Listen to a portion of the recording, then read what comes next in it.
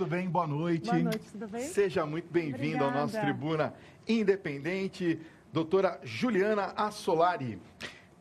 Doutora, eu vi aqui uma estatística que me deixou realmente bastante impressionado. Sim. A divisão de herança em vida, o que diz o direito sucessório? É possível, por exemplo, que as pessoas manifestem em vida aquilo que desejam que seja feito com o seu patrimônio? Sim, claro. Quando nós falamos em planejamento sucessório, o que é? É a pessoa em vida, ela começa a planejar como seria a divisão, como ela gostaria que fosse para os herdeiros. Claro que a lei tem uma restrição.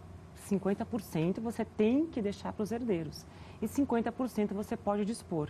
Então, a pessoa em vida, quando faz esse planejamento sucessório, qual o objetivo dela? Deixar a divisão como ela gostaria, respeitando a lei e evitando problema entre os herdeiros. Um exemplo, eu estava conversando com uma pessoa justamente hoje a respeito disso, do tema do nosso programa, e ele me disse que, por exemplo, os filhos entraram na justiça para requerer a herança da mãe deles, que deixou todo um terreno, uma casa, um terreno todo, para uma associação, né? Para uma associação pertencente a uma paróquia. Quer dizer, então, nesse caso, o que a senhora está falando é que 50% desse bem tem direito quem é herdeiro, é isso? Isso. Então, a mãe, no caso, poderia pegar esse terreno e doar 50% para a paróquia. 50% são dos filhos, nós chamamos de herdeiros necessários. Bom, como que fica a questão das providências dessas pessoas em vida ainda? Quais são as providências que uma pessoa que quer deixar algum desejo para pós-morte, o que ela tem que fazer enquanto ela está em vida? São duas formas. Uma tem um testamento, né, que é uma forma mais tranquila, não mais tranquila, mais conhecida, onde você dispõe de todas as suas vontades que você quer que aconteça após a sua morte. Ou você pode já fazer a divisão em vida mesmo. Por que é bacana? Nós recomendamos isso. Em vida você consegue já dividir, conversar com os herdeiros, antecipar o pagamento do imposto. Porque às vezes o herdeiro recebe um patrimônio e vem a conta junto com os impostos. Verdade. Né? Então, nesse planejamento, consegue se antecipar essas dificuldades. No caso, por exemplo, ao contrário, do falecido possuir dívidas, por exemplo, crédito consignado, financiamento da casa ou do carro, a obrigação se extingue com o falecimento ou também pode ser cobrada dos herdeiros? Pode ser cobrada dos herdeiros se os herdeiros herdaram patrimônio. Aí você é obrigado a pagar as dívidas do falecido até o limite do patrimônio. Por exemplo, ele deixou dívida de 100 mil reais, você herdou 100 mil reais de patrimônio, o patrimônio vai para cobrir a dívida. Ele deixou dívida de 100 mil reais e você herdou 150 mil, paga-se 100 e sobra 50. Deixou dívida sem patrimônio, os herdeiros não arcam com as dívidas. Mas, por exemplo, como que é feita essa cobrança com o herdeiro? Tem que ser via judicial, é isso? Sim, porque quando há o falecimento tem que abrir o inventário ou no cartório ou no fórum, né, judicial. E é aí que se começam os credores irem buscar o patrimônio do falecido. Sabe que eu conheço um caso muito clássico de pessoas que, por exemplo, tiveram os bens do falecido bloqueados. Sim, também é possível por conta das dívidas? Sim, porque quando tem um falecimento, os credores começam a procurar algum patrimônio para penhorar. Então, primeiro se bloqueia para verificar o tamanho do patrimônio, se vai poder dividir para os herdeiros ou não. Vai tudo para os credores. E aí, no caso, o bloqueio, então, é legítimo? É legítimo, é legítimo. Mesmo que a pessoa demonstre uma necessidade do herdeiro, mesmo assim é legítimo? Exato, porque se o falecido deixou dívida, a dívida tem que ser cumprida, paga. Que coisa, não? Olha, eu sei que você tem perguntas, então vamos lá, 11 95033 6870, aparecendo aqui no seu vídeo, é o nosso WhatsApp, está aqui na minha mão, já tem muita gente fazendo perguntas, já nós vamos continuar esse papo com a doutora Juliana Assolari, falando sobre direito sucessório e partilha de bens, vai enviando a sua questão. Eu volto já, doutora, quero falar para você, olha, doutora Juliana, tem muitas questões chegando aqui, e eu queria, antes da gente entrar nas questões dos telespectadores, falar um pouquinho sobre algum exemplo, né, que a senhora poderia nos dar em que a ausência da organização da herança, por exemplo, pode ter causado transtornos à família. Tem alguma história, algum exemplo que a senhora poderia nos dar? Várias histórias. O que mais tem hoje em dia é histórias. A família mudou muito, né? Então, às vezes tem um casamento, 2 casamentos, 3 casamentos. Então, a gente percebe no dia a dia que quando há filhos de vários casamentos, as chances de ter alguma discussão na partilha do patrimônio é muito significativa. Né? Então, quando você faz um planejamento, já dividindo entre os filhos do primeiro casamento, filhos do segundo casamento, as chances de ficar uma família harmoniosa são maiores. E aí, o diálogo é sempre o melhor caminho, né, doutora? Sim, não, porque a gente vê diálogo, que não. as pessoas não estão mais conversando, né? Elas estão simplesmente se fechando ao diálogo, não é? E eu sou da partidária que família é família, continua sendo família. Sem dúvida. Né? Sem Antes dúvida. do falecimento, pós-falecimento. Então, o acordo sempre é o melhor. Vamos às perguntas dos telespectadores. Está todo mundo participando aqui. Você também pode e deve participar do nosso programa. 11 95033 6870. O Anderson Oliveira, de Vitória, Espírito Santo, pergunta: doutora, o que acontece com a herança quando não há testamento? Quando não há testamento, segue-se a lei. O que a lei diz? Que 50% do patrimônio pode ser disponível. Não teve o testamento, 100% de todo o patrimônio do falecido é dividido em partes iguais entre os herdeiros. Ok. Maria Clara, de São Paulo, pergunta: doutora Juliana, o regime de bens do casamento influencia a parte que cabe ao viúvo ou à viúva? Sim. O regime de casamento adotado, deve ser respeitado no falecimento. Tá. Separação total, não tem direito. Comunhão parcial, só o que adquiriu após o casamento. Antes do casamento, não divide. Boa noite, Fábio e doutora Juliana. Eu sou a Rita, aqui de São Paulo, e gostaria de saber o que eu devo fazer, porque o meu pai faleceu já fazem 3 anos, e tudo que ele construiu em vida, a minha madrasta passou para o nome dela. E se não bastasse, no cartório fizeram um atestado de óbito com apenas o nome de 4 filhos, sendo que o mesmo deixou 8 filhos. Qual é a minha atitude nesse momento? Infelizmente, vai ter que ser a via judicial. Via judicial. Via judicial. Vai ter que entrar num litígio aí para desconstituir esse desmembramento dessa herança, voltar todo esse óbito, anular todos esses atos passados. Isso é possível, doutora? Sim, é possível. Não é fácil, né? É corriqueiro, na verdade. É corriqueiro? Não é tão... O caso dela não é assim, nossa, é uma exceção à regra. Entendi. Não, isso ocorre, claro, que não é a regra, né, a exceção, mas ocorre sempre com muita regularidade.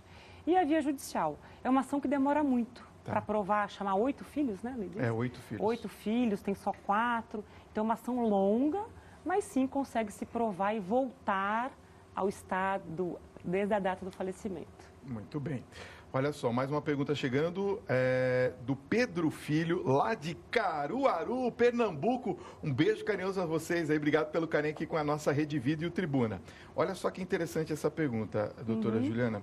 O meu sogro faleceu e deixou a pensão por morte militar, tá? Ele havia feito um empréstimo. A minha sogra é obrigada a pagar as parcelas restantes desse empréstimo. Ela não herdou nada dele. Infelizmente, sim. Infelizmente, sim. Há alguns bancos, que inclusive há muitas discussões aí, que quando você pega um empréstimo, tem uma cláusula de seguro. Sabe quando você divide? Olha, eu vou pagar uma prestação de R$100, nessa prestação de R$100 tem que verificar se não tinha uma cláusula, uma apólice de seguro. Porque as instituições financeiras geralmente fazem isso. Colocam uma cláusula para, no caso de falecimento, se quita o empréstimo. Provavelmente deve ter no caso dele. Uma coisa, assim, eu já vi, por exemplo, casos em que os empréstimos têm uma cláusula onde há um seguro. Isso, é isso que eu estou dizendo. Exatamente. É exatamente isso que a senhora está falando. Isso. E nesse caso, como que se aciona esse seguro? Ou o próprio banco que aciona isso? Você tem que apresentar o atestado de óbito e acionar o seguro. Só isso. E já automaticamente já é eliminado esse débito. Exatamente. Então tem que ver nesse empréstimo essa cláusulazinha aí desse seguro. Muito bem. Boa noite, Fábio. Gostaria de saber, doutora Juliana, o que fazer quando os herdeiros ficam na residência do falecido e a depredam? Como que os outros herdeiros podem agir? Eu sou de Maringá, Paraná. Um beijo para vocês aí de Maringá. A casa virou um condomínio, porque é de todo mundo. Todo mundo tem direitos e deveres. Quem depredou vai ter que ressarcir quem não depredou. Assim como a manutenção idem, Exatamente. né? É como se fosse na verdade, é uma casa em condomínio, né? Tá. Boa noite, Fábio. O meu marido faleceu e eu não consigo fazer o inventário. Ele tem muitas dívidas no banco. Eu posso ir pagando o banco primeiro e depois fazer o inventário? Não é interessante, porque as dívidas, quando você abre o inventário, as dívidas, ela bate o imposto que você tem que pagar. Então, se você tem patrimônio e dívidas, é interessante sim abrir o inventário, porque essa dívida se abate do imposto que é devido ao final. A Érica Soares de Paraty, Rio de Janeiro, pergunta se numa união estável o companheiro fica com alguma coisa. União estável, tem que reconhecer a união estável, né? Tá. Primeiro tem que entrar com reconhecimento. E uma vez reconhecido, o regime passa a ser da comunhão parcial. Então, tudo que se adquiriu durante a união estável, sim, ele tem direito.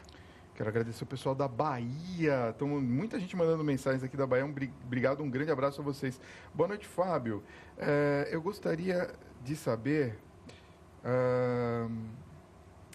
como que nós fazemos quando existe a presença da doença irreversível. Já pode ser realizado algum tipo de formal de partilha? Na verdade, aí tem que fazer a interdição, né? Se tem uma doença irreversível, a pessoa ainda está viva. Então, não pode abrir o inventário, porque o inventário é quando a pessoa já faleceu. Tem uma figura jurídica que chama-se interdição. Na interdição, essa pessoa doente, ela cede a administração do patrimônio para o cônjuge ou para os filhos, mas não é feita a partilha, tem que esperar o falecimento. Em quais casos que a gente tem esse tipo de ação? Alzheimer é muito comum. Alzheimer, demência, a pessoa perde, né, a capacidade de entender o que está acontecendo. Quando a pessoa não tem, vamos dizer assim, a parte neurológica, neurológica. Isso, okay. Exatamente. Só nesses casos. Somente nesses casos? Sim, se a pessoa pode estar doente, ela tem perfeita juízo, né? Ela entende o que está acontecendo, não. Ela continua com os atos da vida civil perfeitos. Tá. Então, só nesse caso cognitivo, como você bem colocou. É via judicial? Via judicial também. Também via judicial? Também via judicial. Ok. Bom, nós vamos continuar daqui a pouquinho esse papo, que está muito interessante. Eu volto já já. Olha, doutora, tem uma pergunta que eu separei aqui, perguntando a respeito dos impostos. Quem é da Magali Souto, lá de Curitiba, no Paraná. Um beijo carinhoso a vocês de Curitiba. Ela fala assim: quem herda alguma coisa, um bem, é obrigado a pagar o imposto desse bem? Sim, é obrigado. Por isso que lá no início nós conversamos, eu disse o seguinte, que no planejamento sucessório você antecipa o pagamento. Os impostos. Né? Então, quem está doando, que tem mais condições, acaba pagando, se organizando. Porque no inventário, quem paga os impostos são os herdeiros. 4% aqui no estado de São Paulo sobre o valor que receber. 4%? 4%. Olha, tem uma pergunta muito interessante. Quero agradecer a Maria do Carmo, lá de BH. Ô, BH, quero visitar aí um dia Belo Horizonte. Ela diz assim: Fábio, pergunta para a doutora Juliana, porque eu sou solteira, não tenho filhos, moro em um apartamento que é financiado e está em meu nome. Se eu falecer agora, para quem vai esse imóvel? Tem pais vivos? Se tiver pais vivos, vai para os ascendentes. Os ascendentes. E se não tiver, vai para o Estado. Vai para o Estado? Esses dias nós tivemos um caso no escritório que era 3 irmãos, não se casaram, moravam na Moca e não tinham herdeiros. E foram falecendo, o bem vai para o Estado. O Estado tem muitos imóveis no Estado. Em São Paulo, né, que a gente tem contato, muitos imóveis de pessoas que faleceram sem deixar herdeiros e sem deixar testamento para alguma instituição de caridade ou alguma entidade religiosa. Caramba, eu nunca tinha ouvido falar disso. Quer dizer, então, por exemplo, se não tiver herdeiros, quem herda é o Estado? O Estado. É o Estado. Mas e aí como é que fica? O Estado tem que administrar. Inclusive, é um problema também para o Estado, né? Porque mais um bem aí para administrar, que tem impostos, manutenção, mas vai para o Estado. No caso, por exemplo, de bens como veículos, também vai para o Estado? Não, veículos aí não. Porque veículos não viram um problema, né? Mas imóveis, sim, vai para o Estado. Vamos lá. Boa noite, Fábio. Doutora Juliana, eu morei com meu marido, meu esposo, 7 anos. Ele veio a falecer e não deixou nada no nome dele, mas eu tenho uma casa em meu nome, tem um filho de 5 anos e ele deixou mais 3 de menores. Eu sou obrigada a vender a casa e dividir com eles? A Estelma de Mato Grosso que está perguntando. De forma alguma. Hoje a jurisprudência ela protege o cônjuge sobrevivente. Então a casa que eles moravam permanece com o cônjuge sobrevivente. Então ela não tem que vender, pode permanecer na casa até o dia que ela desejar. Olha, tem uma pergunta aqui da Carla Henrique de Diadema. Ela fala assim: boa noite, Fábio, boa noite, doutora Juliana, parabéns pelo tema. Quando no segundo casamento não há filhos, a esposa do segundo casamento tem direito também ou somente os filhos do casamento anterior? Não, a esposa sim tem direito. É aquela confusão que eu disse quando tem mais de um casamento, né? Os filhos são herdeiros, ela é herdeira também e todo o patrimônio que ela construiu após esse segundo casamento, ela tem direito a 50%. Olha, se você quiser saber mais sobre esse assunto, eu vou passar o site. Tem aqui no vídeo, né? Olha lá, www.lassori.com.br. É isso? Lassori.com.br. Você acessa e tira informações com a doutora Juliana Assolari, advogada. Obrigado pela sua presença Obrigada nessa você, noite. Fábio, pela oportunidade. Foi muito bom recebê-la aqui, viu? O prazer foi meu. Pois é, gente, ó, agora eu quero falar...